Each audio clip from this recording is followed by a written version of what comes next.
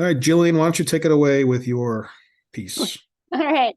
Um, for those of you who joined a little later, Ronnie is on his way getting into the building. So we will start, I'll kick us off.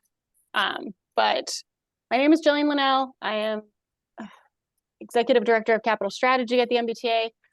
My team is responsible for the annual update to the 5-year capital investment plan, our discretionary grant strategy, and now some of the capital strategy. And we partnered with the asset management team, who Ronnie leads up, on the update of the MBTA's capital needs assessment and inventory.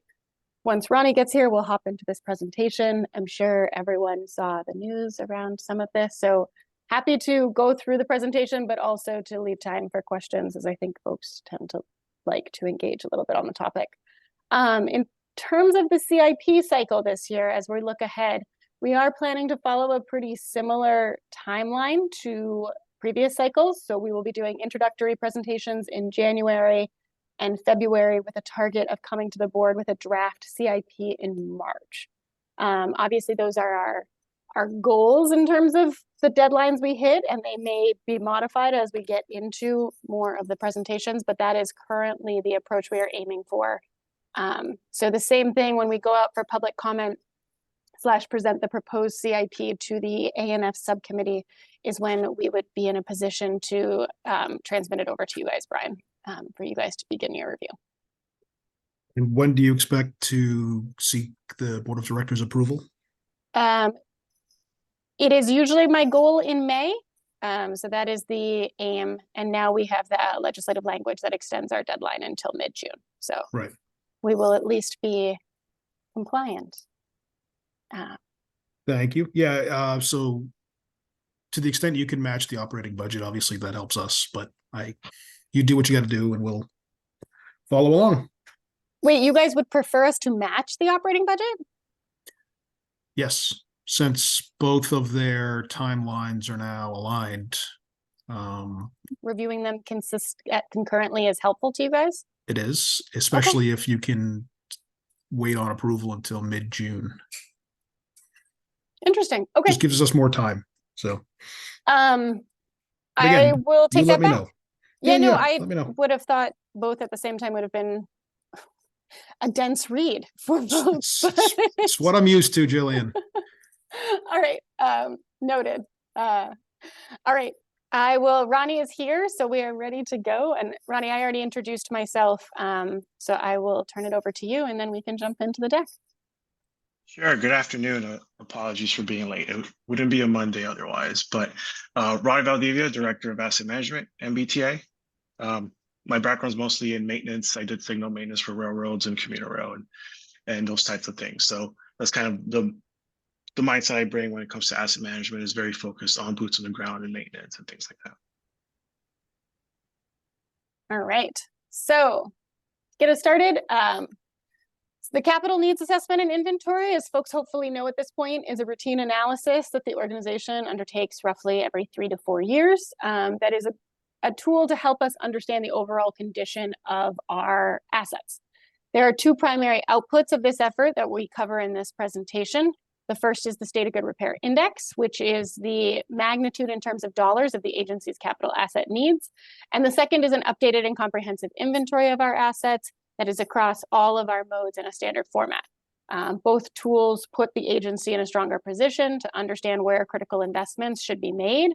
And therefore, this effort is kind of an important step for the agency towards really understanding the condition of our system and then helping to build and modernize the system of the future that we're all hoping to get to. So before we get into the results, on this slide, we want to spend some time talking about the phrase state of good repair. And I think it was probably said in the beginning, this was the public deck. So if some of this is a bit trivial, that's the idea behind it. It's trying to explain a lot of complicated things to the masses. So here we're talking about state of good repair, and it all really comes down to the idea that every asset has a useful life. That's the amount of years that that asset should remain in service and expected to perform at a certain level. Any asset that's outside of this, inside this window, is in a state of repair. Anything that's outside of that window of time is considered out of the state of repair.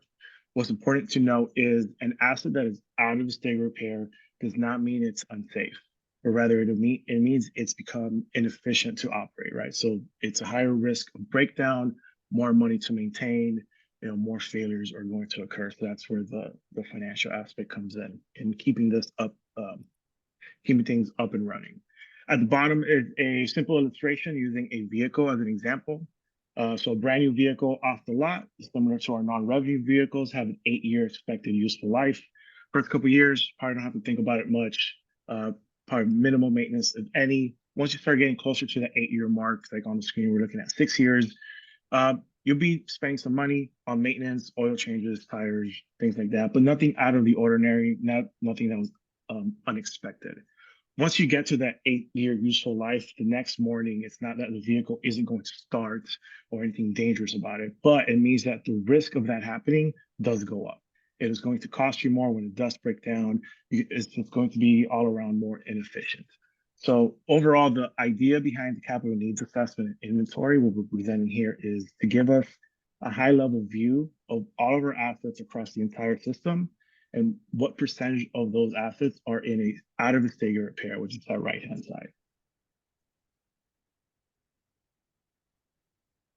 So the capital needs assessment is an exercise completed around every 3 to 4 years. It is not a federal requirement, but rather it is an industry best practice. Plenty of other agencies across the country do one as well. And it's really just to better understand the magnitude of our capital needs. So although it's not a federal requirement, it is supported by a couple of things that are FTA mandated, primarily our Transit Asset Management Plan, our TAM plan, and our annual submissions to the National Transit Database, NTD. We're aligned as far as how we break things down and what we have to report, but this capital needs assessment kind of takes it one step further and goes into more detail. A bit of a timeline on how long we've been doing this. So the first SGR study, as it was called back then, was in 1999. Every iteration since, so again, every 3 to 4 years roughly, the SGR needs dollar value has steadily gone up. The last one was in 2019, with the number being at $10 billion. This updated version kind of builds on that, primarily on having a more mature asset inventory, and some later slides we'll get into what I mean by more mature inventory and more mature program, and also just basically writing down the framework on how to do this so we can be consistent over the years the next time we do it.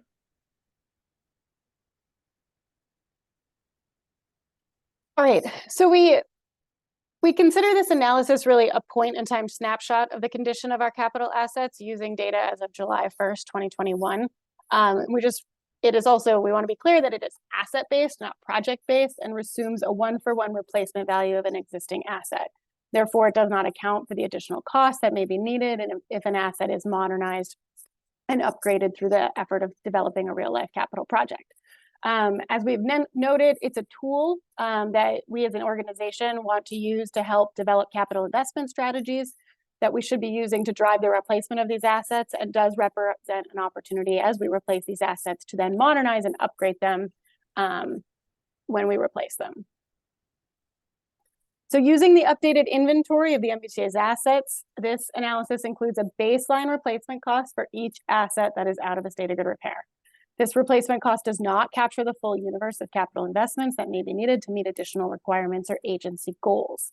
Additional elements that are outside the scope of this analysis that would be incorporated as an individual asset gets scoped into a capital project include things like accessibility features and enhancement, sustainability and resiliency measures, customer experience enhancements, and system expansion. So given this context, it's important to remember that the State of Good Repair Index represents the floor in terms of the total cost necessary to replace, repair, or enhance all the assets across the system that are currently beyond their useful life. So this slide offers the summary of the results of this overall exercise, with the total value on the left-hand side representing the amount of assets, the dollar value associated with the assets that are out of a state of good repair. So the MBTA's baseline capital need estimate is $24.5 billion, which represents 64% of our assets in this analysis being defined as beyond their useful life. So the appendix of the deck that is available on the MBTA's website does go into each of these asset classes and details all of the different counts and costs that we associated with those. But just really quick to go through what each of these asset classes include. So the facilities includes our buildings or structures that support the maintenance, operations, and administrative functions of the organization, which does include all of our parking, passenger, and support facilities. Rolling stock includes our heavy and light rail vehicles, our buses, our commuter rail locomotives and coaches, our ferry vessels, and our paratransit fleet. Equipment in this context represents all of our non-revenue vehicles, which are both our steel wheel and rubber tire vehicles that support system operations and maintenance. Structures are referring to our bridges and tunnels. Signals here are broken out on this slide and in the appendix by commuter rail and transit due to different condition guidelines, but includes the wayside equipment and cables, our relays, cabinets, instrument houses, and signals that allow vehicles to move about the rail network safely and efficiently. We have track, also broken out by commuter rail and transit, but includes curve and tangent, revenue track, non-revenue track, turnouts, crossovers, and grade crossings. And then we have power, which includes the infrastructure to generate power, move our transit rail cars, support key network functions, and provide facilities with energy. So having these results available for all of these assets across the network offers the agency an opportunity to assess where we are keeping pace with the necessary replacement cycle of our assets, and also helps us inform where additional investments may be necessary. So while it's a valuable tool for capital planning, we want to be clear that it is not saying that the agency needs $24.5 billion today. Each of these circles represents a complex portfolio of assets that need to be further evaluated and assembled into capital projects or programs that can tackle the replacement, likely over multiple years. So similar to the track improvement program that has been rolled out by the agency, addressing the condition of our assets requires a complex and multi-year planning, design, and construction or procurement process. And the decisions around which projects are funded still lives in the annual CIP process, which is when we are able to allocate our available funding to actual scoped projects. So this exercise is really just a temperature check to help us understand how we are doing and to help inform the decision-making process through the CIP process. So building off the results, while the overall condition of our assets does present a challenge, we do want to note that this does also offer an opportunity for the agency to upgrade and modernize our network. So the agency rarely replaces our assets one for one, but instead we usually replace them with more innovative and modern equipment. So one example of this would be the commuter rail positive train control and automatic train control program, which is an underway project at the T to replace older outdated signal assets with modernized equipment. The new technology will monitor train's location, direction, and speed in real time and alert the engineer to potentially unsafe conditions, and if necessary, automatically stop the train. So while the previous slide showed the agency's commuter rail signals being significantly out of state of good repair, kind of the more nuanced approach of looking at this is that there is actually an underway capital project that is currently working on addressing and tackling that challenge and to replace and modernize those assets. So next we go into what our process and approach was to calculating the capital needs. So it all starts with our asset inventory. So asset inventory is anything that's inside of our enterprise asset management system, where my department manages. And again, later on, we'll get into how the maturity gets better over the years. But anything that was in there as of July 1st, 2021, one of the reasons for that cutoff date is we are required by FTA to refresh our condition assessments every 4 years. So 2021 was the end of that last 4-year cycle. We are now in the middle of that next 4-year cycle leading up to the 2026 TAM plan that will be updated then. So we look at our entire inventory and then we ask the question that I started with, is it in or out of state of repair? The way that's determined is by a condition score. So the MBTA has adopted FTA's guidance on condition scoring. The FTA has a scale. It's a 5-point scale, 5 being a perfect score, so something brand new out of the box versus the 1 being completely out of disrepair, and aligning to what those thresholds are. So for facilities and the rest of our infrastructure, so that's structures, signals, transit, track, and power, all of those, anything with a score of a 2.9 or lower is considered to be out of the state of repair. And then for vehicles, so that's a rolling stock and our equipment, so revenue and non-revenue, the threshold is 2.5. So anything with a score of 2.5 or below is considered out of the state of repair. These scores are primarily determined using a combination of age and field assessments. So like I said earlier, when we go out and refresh our condition assessments, what that is we have professional engineering firms that go out, they literally look at every single piece every single asset that we have out in the infrastructure, and using our guidelines, give it a score of 1 through 5, and that's refreshed periodically. So now that we know what's out of risk repair, the next step was determining that replacement cost that added up to that 24.5 number. So for that, we looked at MBTA capital projects, and we looked at the actual cost data. So any projects that were either recently completed or currently underway, we found a project that closest resembled the asset that we were determining, and just looked at things like invoices and what we paid for things, and determined a cost for each thing. So for facilities, for example, is a cost per square foot. It was not one cost per square foot for all facilities, so it varied depending on what type of facility. So a station underground versus a station at grade had a different cost per square foot because we used different projects to determine that. The same logic applies to the rest of the asset classes. So a cost per linear foot for things like tunnels, bridges, or cabling type of equipment for signals and powers. And at times it was a per unit cost if we can find it. So for example, the cost of a single switch machine or a cost of a single turnover. So it's a combination of these three things. So now we know what's out of the repair. We know an estimated replacement cost, one times the other, and we got to the SGR number.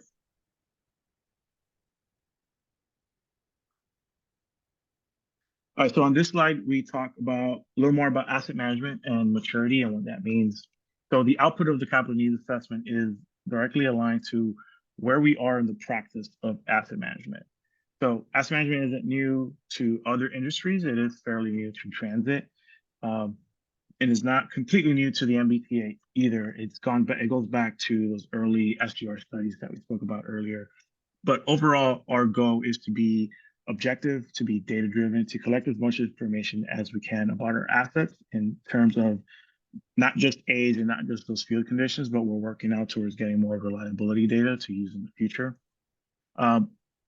And everything really changed in the agency in 2016. So again, we started before that doing some studies, but in 2016, what changed is that's when the FTA published the TAM final rule. So that's the Transit Asset Management Rule, which said any agencies that are receiving federal funds have to have a transit asset management plan. They have to submit annual performance targets to National Transit Database.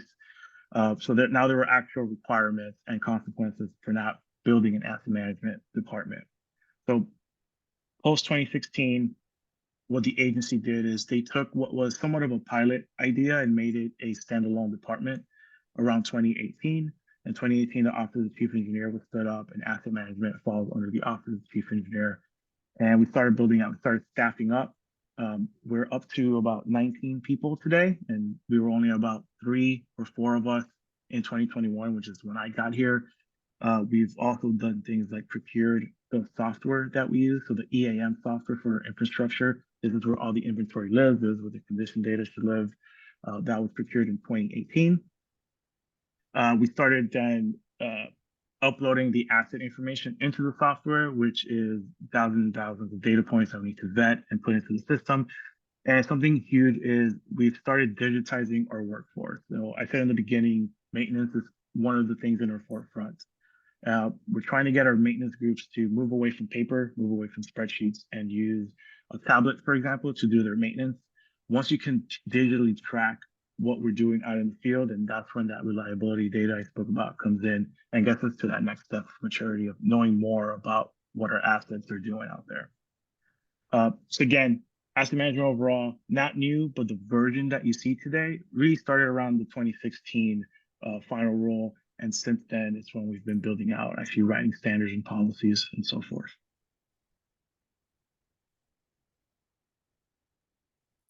All right, so looking at the results of this analysis and comparing it to our previous update, what kind of have we learned as an organization and agency, and what has changed that has driven this cost, this change in the value? So as we know, the total backlog calculation did go up rather significantly. And after comparing the results, there are 4 factors that we have identified that have driven this increase. They include, first, an increase in the overall count of our assets included in the report, which is a reflection of the maturity of the MBTA's asset management system, as Ronnie was just noting. Second is an overall increase in the cost of a capital project driven by inflation and supply chain issues around the COVID-19 pandemic. Third is the condition of our assets and the continued aging of our assets faster than they are being replaced. And then finally, time, which notes that the replacement of our assets requires a multi-year effort that include planning, design, and construction. And in the case of this point in time analysis, underway or recently completed projects are not reflected. So we'll cover each of these in more detail, but I do want to note that not each of these elements kind of impacted each asset class in a consistent way. So in some cases, the changes in asset count may have been more of a significant factor, whereas in other cases, it may have seen cost. So it kind of depended on the specific asset and how these different factors kind of impacted the overall analysis. So the first thing on that list was count. So on this slide, we'll go over count and what has changed. The bar graph before had some total asset counts. From 2019, it had us at around 59,000 total assets. This updated exercise has us at just over 80,000 individual assets. So the difference, the reason for the change is it's not that we added 20,000 assets over the last couple of years, although we've added some, definitely not that many. It all really goes around the idea behind, so when 2016 rule was put out, the first big deadline for everyone was 2018. 2018 was the first TAM plan was due. So it's a bit of an accelerated exercise to go out and capture as much information as we can about our inventory. So this led to not having the most complete inventory. At the time was really focused on what was the most important minimum requirements so we can stay compliant. So what this led to is, for example, on our power, which is on the left side of the screen, our power example, the 2019 assessment had us at just about 5,000 individual assets. This updated version has us at 14,500. So back in 2019, again, due to that accelerated exercise and getting as much as we can in a short amount of time, the inventory didn't include things like our AC/DC cable, or overhead catenary, emergency generators, a lot of the components in our high voltage yards as well. So when we go out and we refresh these condition assessments I spoke about, it's not just a condition assessment exercise, it's also an inventory exercise. So since we're taking the time to coordinate with flaggers, getting the right people to open up the doors while we're out there and we're asking these folks to do an assessment, they're also taking inventory and that makes it back to us. So that's how we also update our inventory for things that are existing. So obviously since 2019, we've had a chance, a couple of years of that iteration and updated our inventory. So when I say we have a more mature inventory, that's what we're talking about. We know a lot more now than we knew then. On the right side is a slightly different story for count. So for our signals transit, the count actually went down from 37,000 to about 34,000. Changes like this, at least in this specific case, can be attributed to modernizing the system. So signals is a technology-based system. So now we can have a single computer do the job that it took hundreds of components to do before. So there's these components called relays. All of those now can be shrunken down to a computer. So we're literally removing assets from the field, therefore the count goes down. So overall, asset counts can happen for multiple reasons. One is modernization, other times it's just knowing more, being more mature. And a lot of it comes back to that, having a team. I actually have a staff now that understands the assets and has the time to look through them all and audit it and validate it before putting it in the system. All right, so turning to cost. So as Ronnie kind of mentioned, through this analysis, we used existing project cost information to inform the cost to replace an asset. So when you compare the previous analysis to this update, this timeframe does reflect a rather significant increase in cost driven by the post-pandemic inflation rates and supply chain issues, and in which case, in certain cases, did have a pretty notable impact on the state of good repair impact for certain asset classes. Moving on to condition, given the agency has a vast and diverse inventory, each of our assets has a life cycle and approaches the end of its expected life cycle at different times.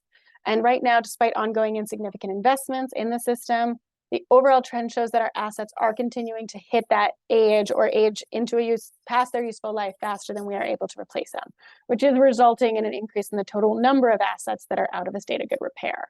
So as the model on the right-hand side of the slide illustrates, even with sustained levels of investment, similar to what we've seen in the last number of years, the agency will continue to see a significant state of good repair need as large numbers of our assets continue to reach the end of their useful life.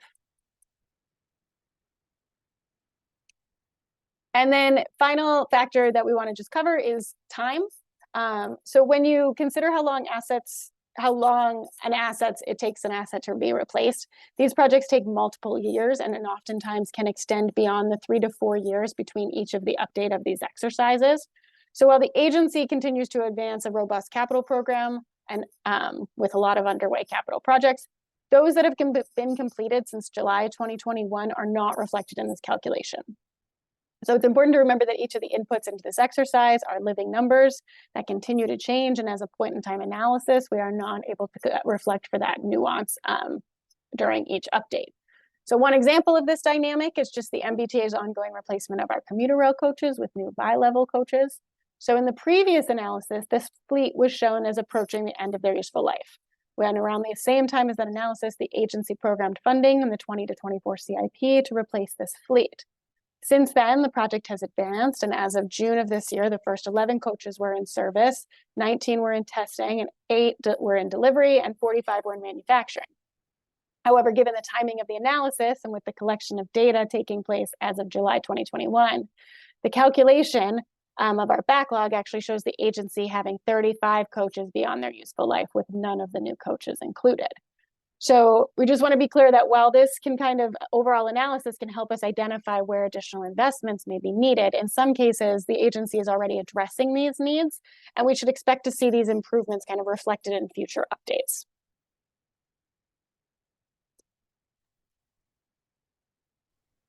Okay, so now that we have all this information, what do we do with it? Where do we go from here? So something that's very important to both of our teams is not let this sit on the shelf and make it usable.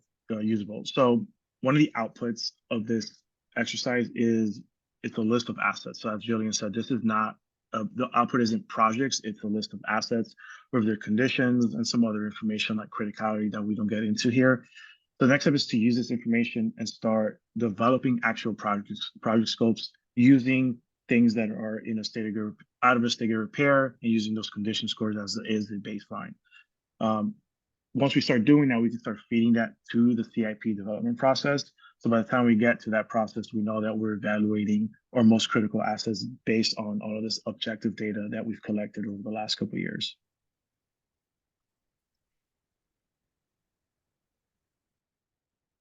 All right.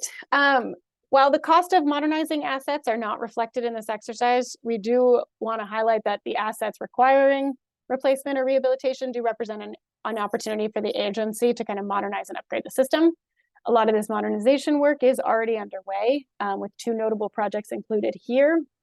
First is the Bus Facility Modernization Program, which is aiming to renovate or replace our existing bus facilities to support a modernized battery electric fleet.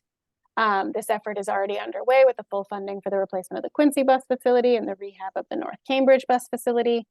And then on the right-hand side, we have a vehicle example, which is the Green Line Type 10 vehicle procurement, which is to replace the Type 7 and 8 fleet, which once the 10s are in operation, will offer increased capacity, upgraded communication system, and improved accessibility for our riders. So looking ahead, it is important to remember that the MBTA is among the oldest and most complex transit systems in the United States, and our state of good repair needs are significant. We can, however, fix this. The agency has sustained a significant level of investment in the repair and placement of our assets, and we are headed in the right direction. But to continue to address these needs, we're going to need a sustained level of investment that is ongoing in terms of funding sources. The agency, however, is committed to a transportation system that is safe, reliable, electrified, resilient, and accessible. And understanding our needs and the level of investment needed to address them is kind of the significant first step towards fixing the system, reestablishing public trust, and advancing our modernization goals. So that is the presentation. Happy to answer any questions as time allows. Thank you so much for the presentation. I see Dan has his hand up. Yeah, Dan Carty, Sudbury. Can you go back to that chart with the donuts, kind of that donut graph? Not to put you on the spot, but if there's an easy answer, there you go, that one. You've got it rolling up like 64% is out of SGR, but if you add up all the dollar figures and the other one, it's closer to 50. So is that because of the difference? I know there's a footnote down there about the difference in how some of the stuff is measured. Yeah, so the percentage is assets count out of a state of good repair, and then the dollar Correct. value is separate from it. Right, So- right. But for example, like 35% of 6.4 billion, right? If it's count and not a percentage of dollar figure. So Yes, oh, it's okay, showing okay, two separate things. okay, Yes, got and it. the All right. appendix goes into the details so you can see that broken out. But yes, That's why I was just wondering if there was an easy explanation. That's good enough. Thank you. Yep. Any other questions? Don't see anything So I else. have a question, Suzanne, if it's all right. Yeah, and I do too, so Oh, well, you go first. okay. So yeah, Jillian, thank you. Ronnie, thank you. How will this inform the CIP and the PMT, which we plan to talk about next? So I can answer the CIP process. I will leave the PMT conversation because I think some of those internal coordination conversations are still ongoing. But on the CIP side, as Ronnie mentioned in one of his slides towards the end, we are using this to inform the pipeline of projects that should be coming into the CIP. So it is now our baseline that we can check against as we are looking at not only the projects that are being submitted as CIP requests, but also the investment levels that we should be programming through the program sizing exercise. So we're using this on a couple of different levels to help inform at the high level, where do we need to show greater investment in our certain asset classes based on the data we have seen at the highest level? And then at the much, much lower level, Ronnie's team is working with project managers across the entire agency to make sure that when they are scoping projects and looking at the pipeline of what track segment should we be addressing next, what facility should we be addressing next, they are using this asset information to drive that decision making. This can help us ensure that as we're evaluating the CIP project requests, we know that they are addressing the most critical needs across the system. We know that the needs are extensive and that they extend beyond what we can do in an average CIP process. But based on the condition and criticality framework that we have developed, we will at least know that we are looking at some of the most critical things as opposed to just something that is not in a state of good repair. Ronnie, did you want to add anything? I guess just to expand, yeah, down at my level. So we recently spun up a sub branch of asset management called asset planning. And one of their core functions is taking the results of this. So not what's on the screen, but all the data behind the screen, like the actual spreadsheet output with all the data points, and working with, primarily, we just started working with our colleagues in the Office of Chief Engineer since there are someone we already work with. It was an easy place to start. And we created what we call fact sheets, which kind of summarizes what's very complicated results into just a couple of PDFs explaining. If you need help deciding what you should be requesting, come use our information. We're the backup for your request. We have all this data, and it's literally a list of, for example, for power, every unit substation, every traction power substation, or some section of cable. We can literally identify what is out of state repair, what the criticality is, what the priority is, and use that as the input. And then they'll take it from there. There's a lot of planning that has to happen and actually scope it into a project afterwards.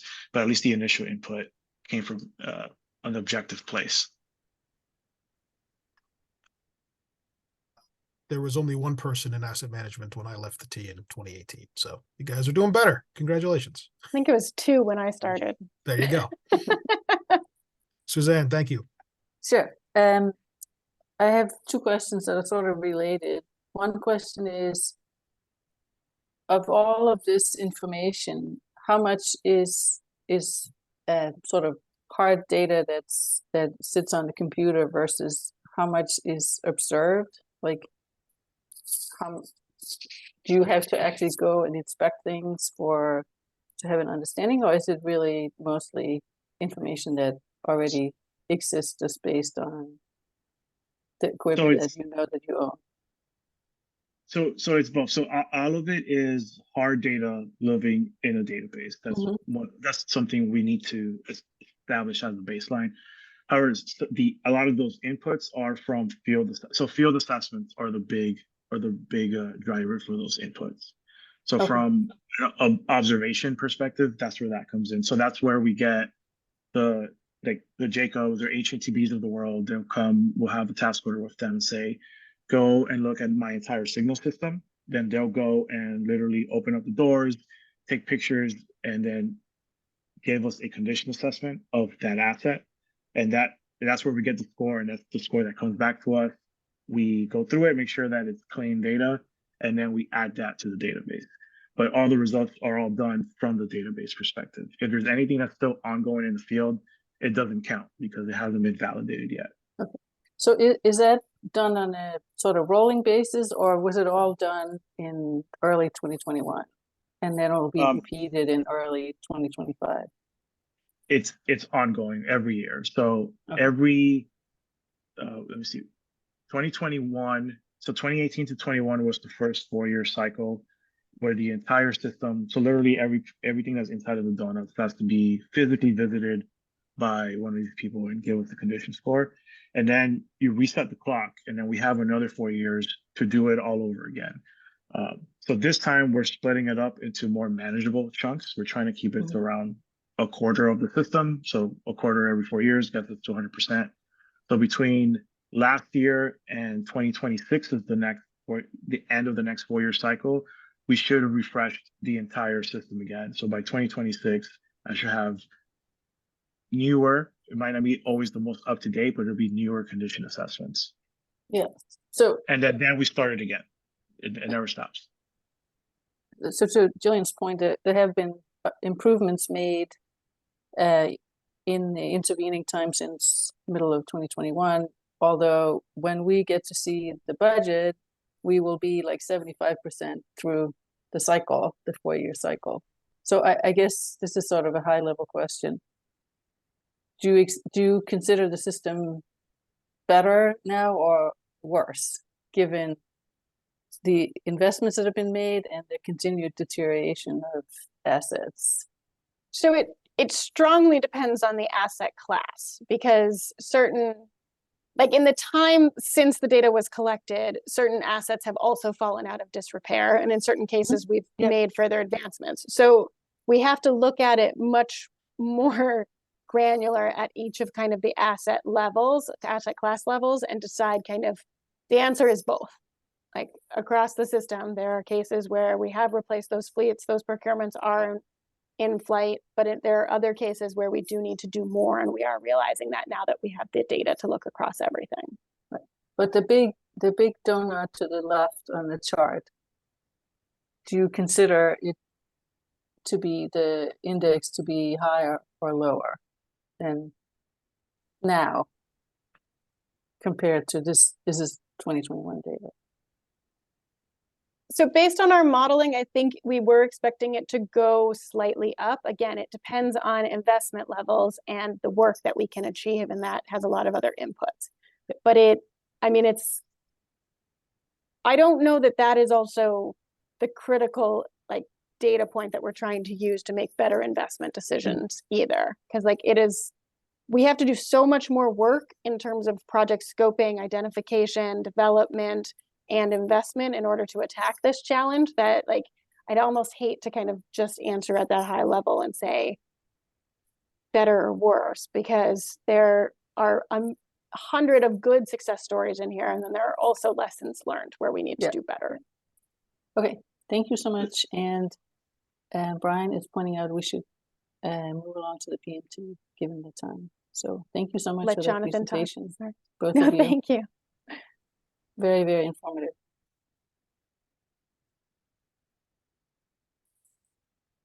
Jonathan, take it away. Okay, I will do that. Great to see you, everybody. Hello, I'm Jonathan Church. I'm the manager of transit planning here at the Office of Transportation Planning for Mass DOT. And I'm here today to give you a general overview of the PMT, and I'm going to share my screen now with hold on.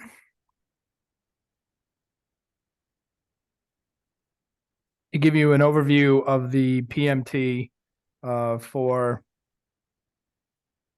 Here we go.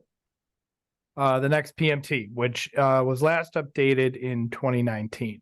For those of you that are not aware, the PMT is a 25-year plan for how the MBTA can meet the needs of the region. It's required under its enabling legislation, which is Chapter 161A, Section 5G, and is a roadmap for investments to inform future capital investment plans, because the capital investment plan is tied in now so closely with the PMT. And as we just learned recently now, the capital needs assessment which is going to feed the PMT, will now feed into the PMT, and those conversations will happen. It provides input on statewide multimodal long-range transportation plan, which is our Beyond Mobility plan for the Massachusetts Department of Transportation, and then how that'll feed into it from that statewide plan. Per the enabling legislators statute, the PMT must be updated, and I quote, not less than every 5 years to evaluate the achievement of its aims and to reevaluate its conformity. And the most recent PMT, as I started to say, Focus 40, was published in 2019, so we are getting due for the new one. The revised PMT will be a comprehensive report of modal-specific planning efforts, inclusive of all assets and capital needs, and sensitive to all current and planned projects conducted by the MBTA, as well as possibly even MassDOT.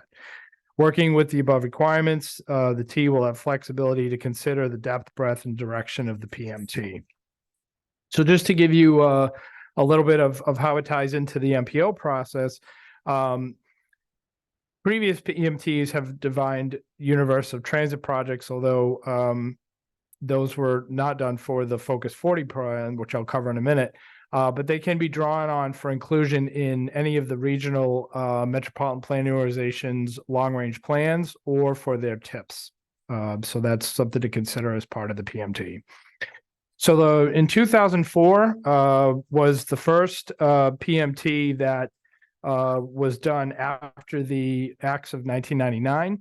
And that year it established the 5-year PMT timeline and called for the annual CIP process. It centralized the need for the MBTA to reinvest in the existing system and to improve overall service and performance. And the goals of that PMT were to really look at addressing the backlog of system preservation needs, reinventing the bus system, improving environmental performance for facilities and operations, and really striving a balance of capital program responding to urban core mobility needs and suburban demand transit choices. It identified several projects at the time, meaning it was to secure funding and build, and some of these did come to fruition. It did look at the urban ring. It looked at Fairmount line improvements, and looked at the Blue Line extension possibility to Lynn, 300 new bus shelters, signal improvements and ITS improvements, expanding reverse commuting options, and system preservation such as automatic fare collection, vehicle replacement, and station improvements. But by 2009, the PMT was a little bit of a different approach, where it presented and evaluated 3 scenarios to illustrate possible capital investment strategies, and based on those strategies, to future transit infrastructure, different levels of investment. It looked at it from a state of good repair scenario, an enhancement scenario, and an expansion scenario.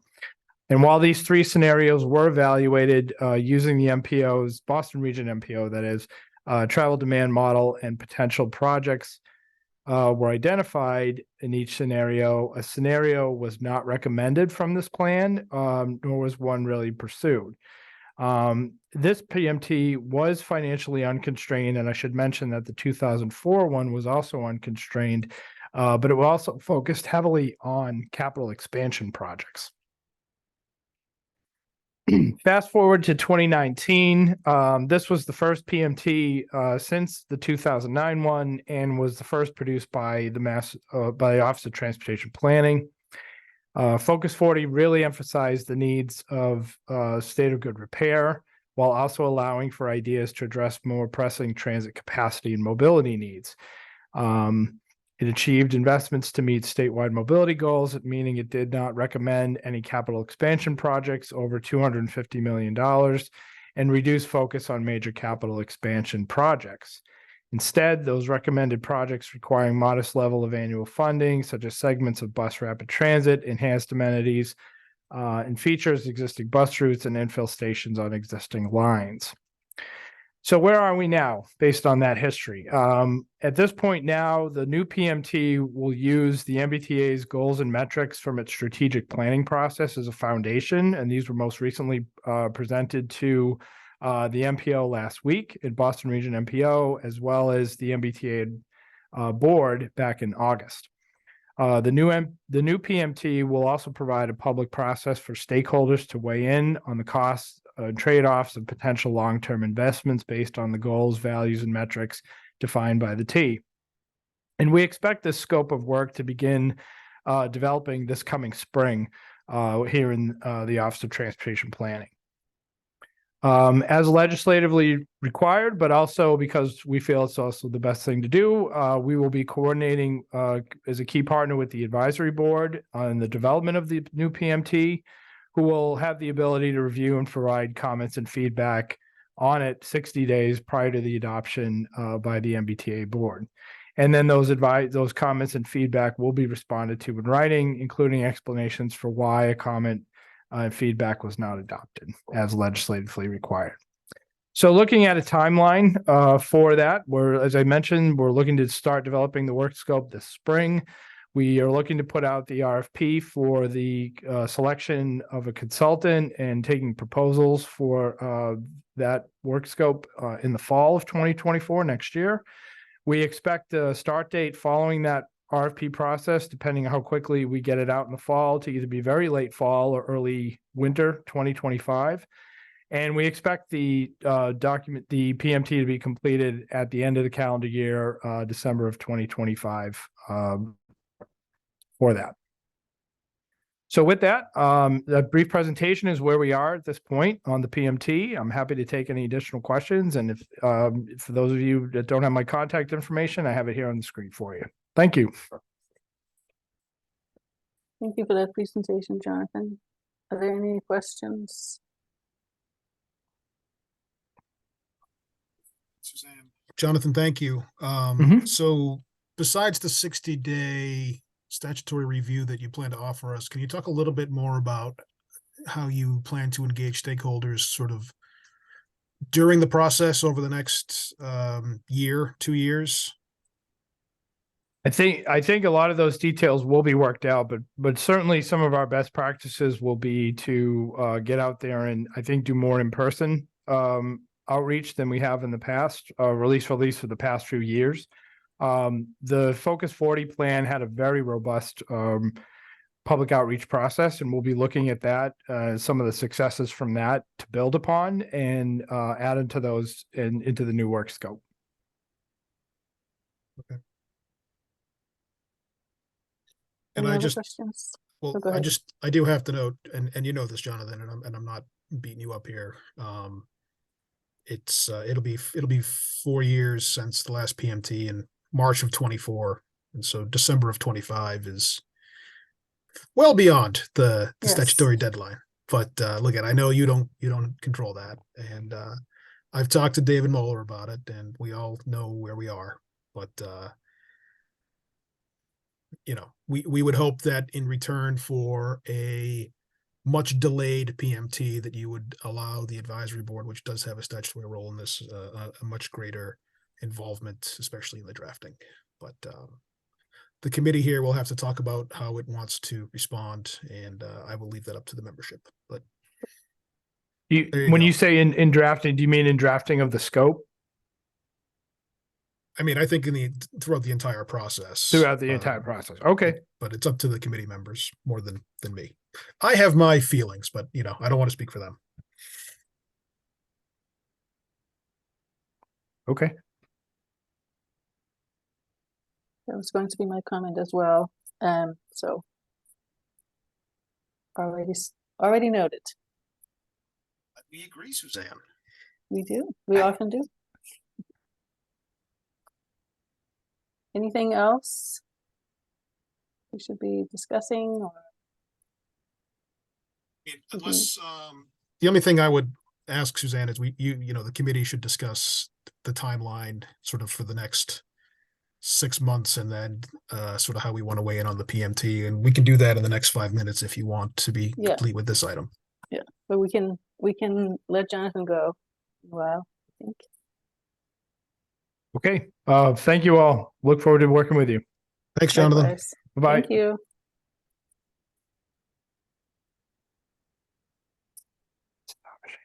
So let me turn it over to you, Brian, if you have a proposal for. Yeah, thanks. So you heard at the beginning of the meeting, the capital investment program will be kind of presented in its final form to the board of directors in June, which means they'll give it to us probably in May, maybe April.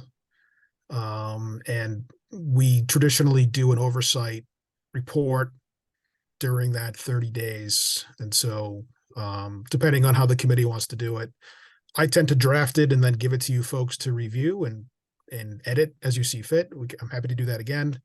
But I guess plan on something in April, and then probably one in May, and then one in early June. Because we do have to have a full board meeting before, so this committee reports to the full advisory board, then the full advisory board tends to accept it and adopt it as its official response. So does that make sense? Yeah, I think the process has worked well in the past. Although it certainly, if anyone has sort of early thoughts of things that should be included as Brian is drafting, I think that has also worked well. Like just sort of highlighting, make sure to include this issue or that issue. But in general, the process I think worked well last year with a lot of good sort of back and forth. Also, people commenting over email in between meetings. Yeah, we just have to be careful of OML. We can't issues. decide anything. Can't decide anything, but we can share the comments. I I just have to mention that, Suzanne. Yes, no, absolutely. And then But as far as it's helpful to be able to actually read the material in advance of having. And then just as far as the PMT goes, I mean, I want, my goal is for this organization to have a much stronger role than we did in 2019, which the Focus 40 thing was a bit of a shambles, to be very honest, in my opinion. So we'll have to. Flashy. It was flashy, and look what it's accomplished in the last 4 years.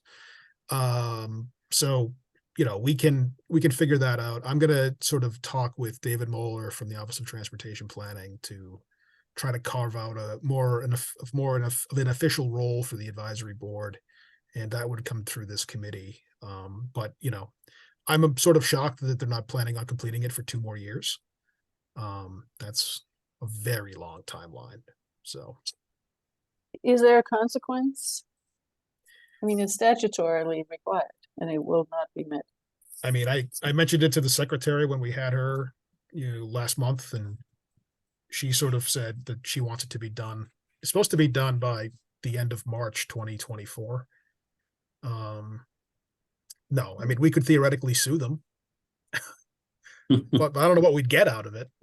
So, but it comes down to governance. I think state agencies should obey the law. So, agreed, Brian. If I can, sorry I don't have my camera on, folks. The Zoom makes me upside down. It's very disconcerting to folks. I think it's also backwards planning at this point, right? They can want to issue it in 4 weeks, but if they haven't initiated movement already, it's not going to get done in time. So often in government, we end up being accountable for what others started or failed to start. So I don't know that we can accelerate and crash the timeline at this point. So the best way to do is be positive focused and forward focused and put things in place for the next cycle.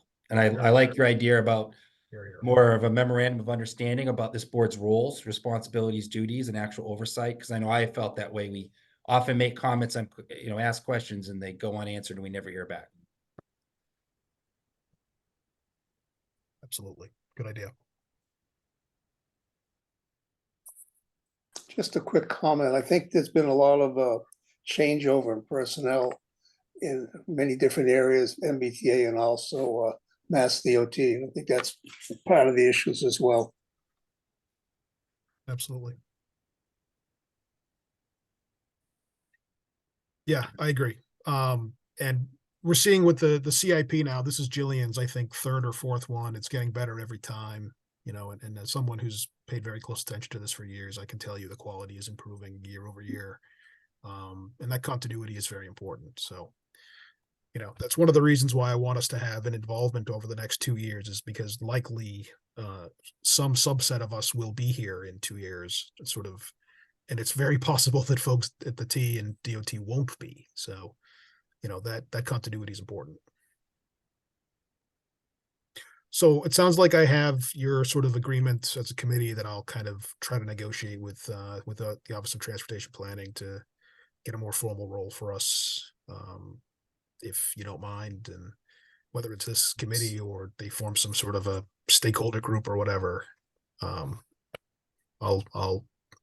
try to fight for as much involvement as I can get. Sounds good. Sounds good to me. And Frank is going to promise to be here in December of 2025 to manage this, right, Frank? I'll try.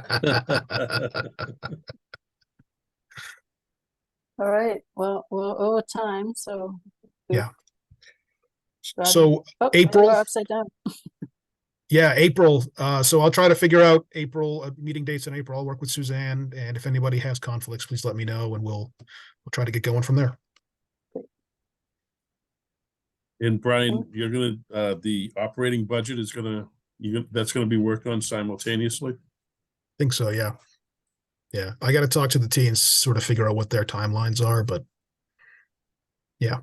Yeah. Okay. Everybody have a good Christmas and New Year's. Yes. Merry You as Christmas. well. Thank you so much. Take care. Take care. Thanks, everybody. Bye. Thanks, Bye. Suzanne.